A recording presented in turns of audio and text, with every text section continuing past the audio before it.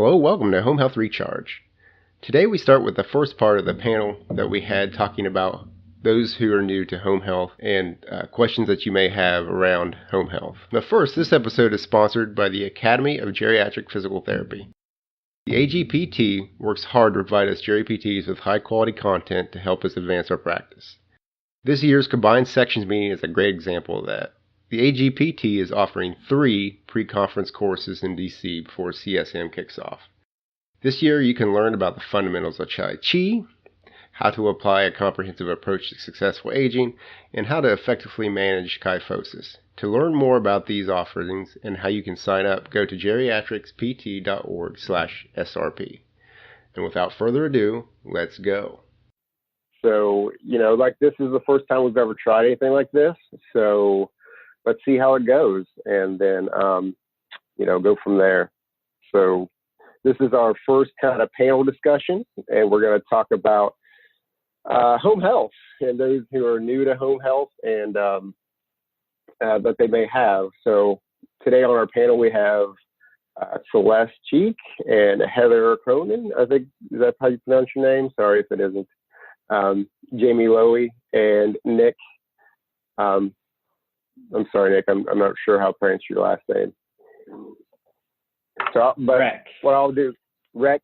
Okay. Hey, Nick. Yeah. So if we want, we'll first go ahead and go around and we'll introduce ourselves. So if you don't know me, I'm Troy Mead.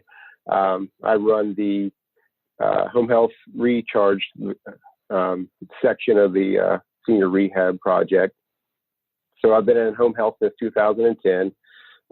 Mostly in the field, and now I'm kind of in more of an administrative role at this time. I am wearing my Cleveland Browns outfit because I wanted to dress up like Disappointment for Halloween. So that's what I'm doing today. So I'll start and go to the left with Celeste. Hey there, this is Celeste. What do you want to know? I've done home health for probably 15 of my 18 years. I'm doing home health now in Washington. I'm not wearing my Seahawks shirt anymore, even though we won. I've worked a little bit in skilled nursing and a couple of years in acute care, but mostly home health. Next. Okay, Jamie. All right. Well, I'm Jamie, and I've been doing home health since before the excitement of the Oasis, since about the year 2000. So about 18 of my 20 years in PT. And just this year was the first year in a while that I've split time between home health and working in a clinic.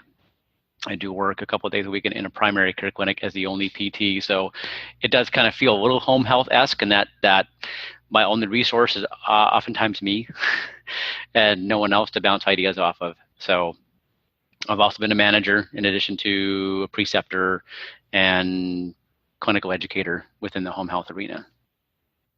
Next. So I'm Heather Cronin.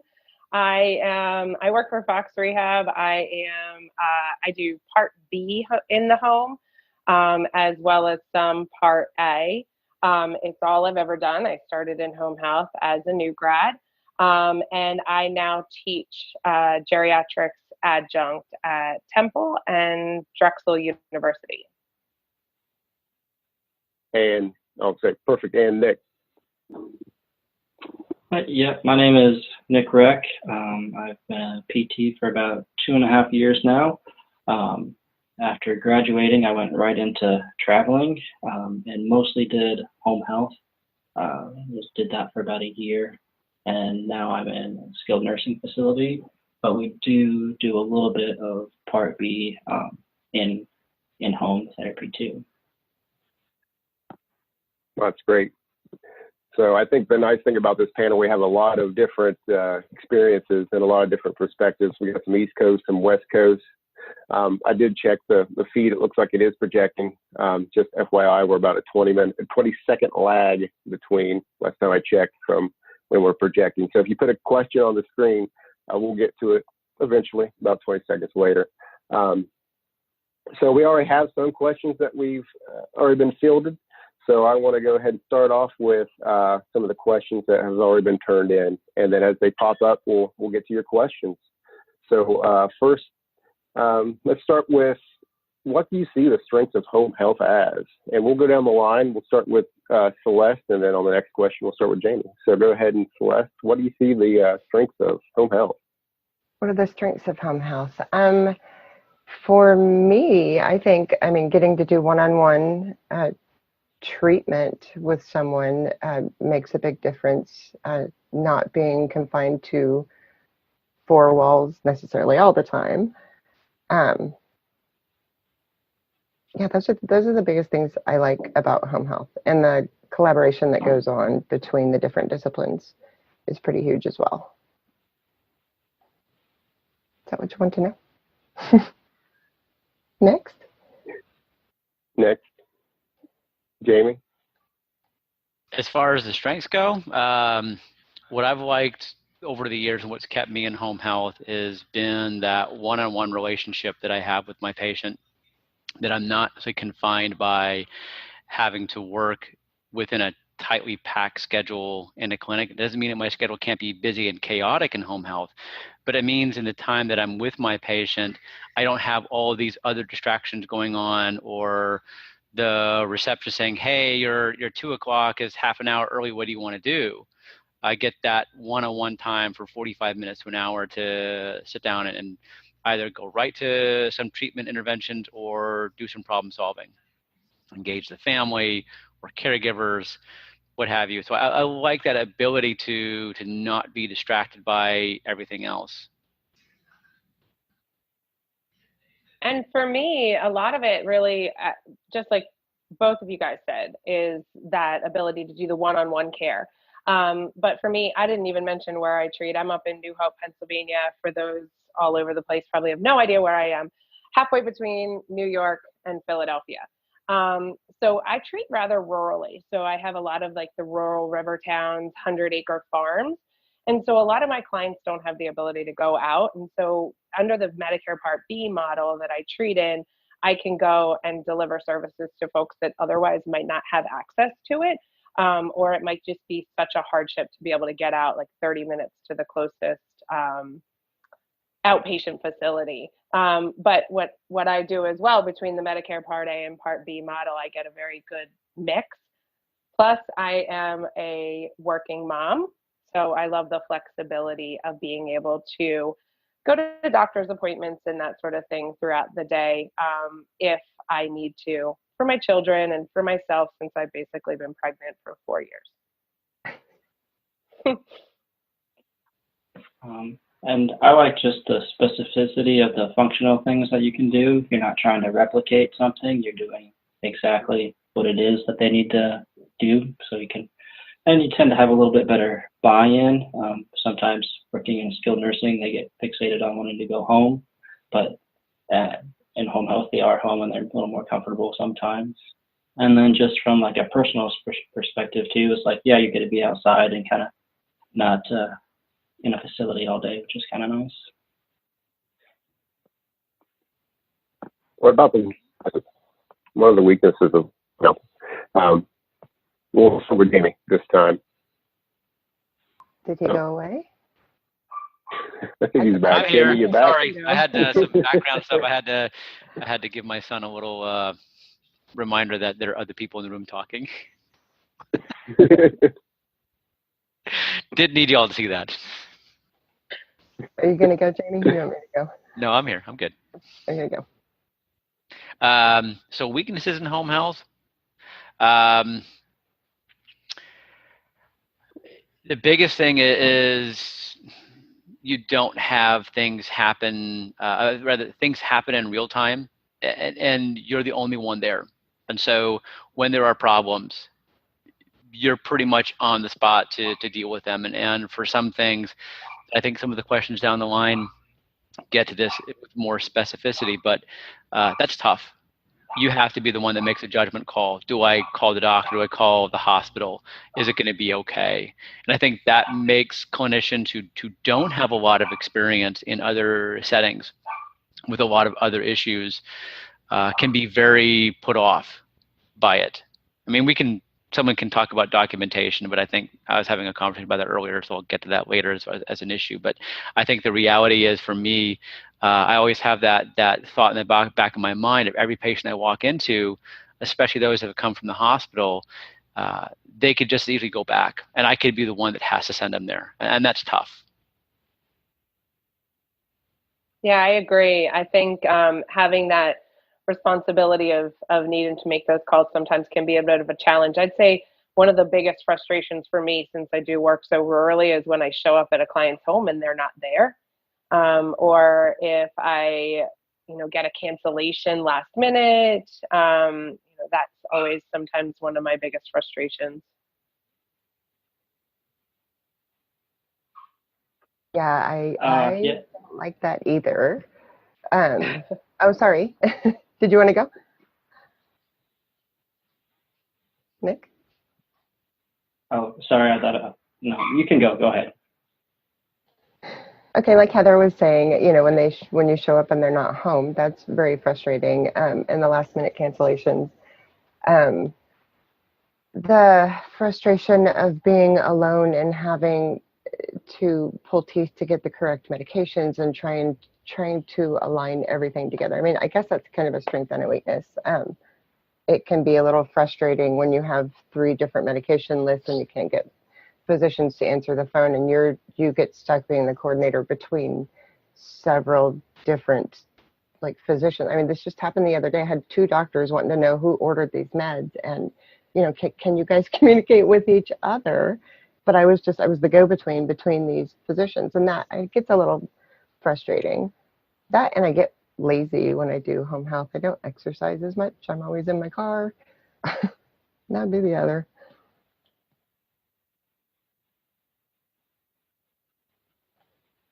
Your turn, Nick. Okay. And I would pretty much echo what's already been said. I did work in a rural area too, and sometimes the no-shows or cancellations were a little bit of an issue. Something else might be, sometimes it would be nice to have some of the different equipment or kind of different weights, but you can kind of work around that too if you're creative. So this kind of leads into one of the questions that we had from Megan M. She said, what do you do when a client does not want to participate in therapy, but the family members want them to participate? And we're talking about, participation. So we'll start with Heather. Heather. Yeah, so I actually have a very, I just evaluated a client on Monday, and she has gone through the whole gamut of PT, from in the hospital to skilled nursing to the home health model to outpatient therapy. And it was my first time seeing her, and you could just tell she has absolutely no interest in participating in therapy. She has cancer. She just basically is trying to really appease her husband, because you could just tell she loves him so much. And so I really tried to take a different approach with her. And I think one of the great things about being in the home is being able to use that different creativity. And so I started out, I turned on some music just to kind of surprise her a little bit. And I turned on New York, New York, Frank Sinatra.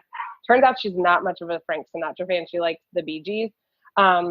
But you could just tell throughout the session, as I started to turn on different songs that really kind of sparked her, that we could really generate more engagement from her in the therapy sessions, which I think as a PT, we have that ability to really go in and do.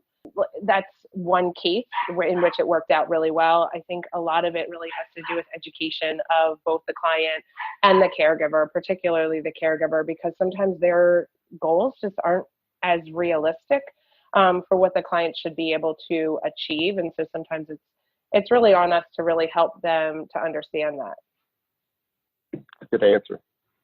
Anyone else have anything to add?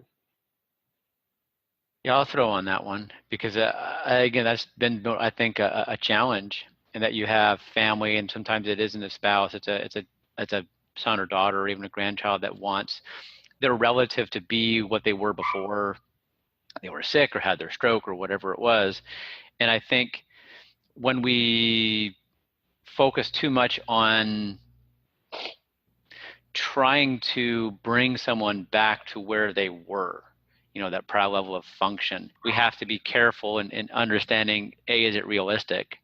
And then what I ask the patient the question is, how much are you willing to do? And see how much they're invested in the process. So it's less about me giving them a sheet of exercises and say, do this, and that's your experience with therapy. It's, hey, if you want to get better at walking to the bathroom, how much of that are you willing to work on your own? How much do you feel you want help with?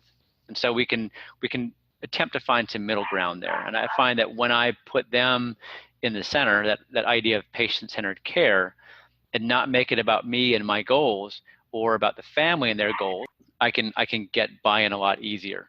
Not a perfect. Sometimes it's one visit, they don't want to do anything and they say thanks, but I don't want any more, and I'm okay leaving it at that. I also have put my ego on a bigger shelf now, and don't feel the need to badger someone and put them in a more defensive posture to get them to be agitated. I'm okay calling it good and walking out and not making the eval happen or the start of care happen. It doesn't have to. So if they feel that they're being validated, then sometimes at the very last they'll say, hey, you know what? I do have some problems with this. Would this be something you could work on? Sometimes it is. But, if it isn't, I'll say, well, no, that wouldn't be me. Maybe you want to talk to the nurse or a social worker about getting someone in to help you get transportation or what have you. I agree with what you said, and just giving people the option to say, no, I don't want to do this. I mean, sometimes they don't even know that you're coming.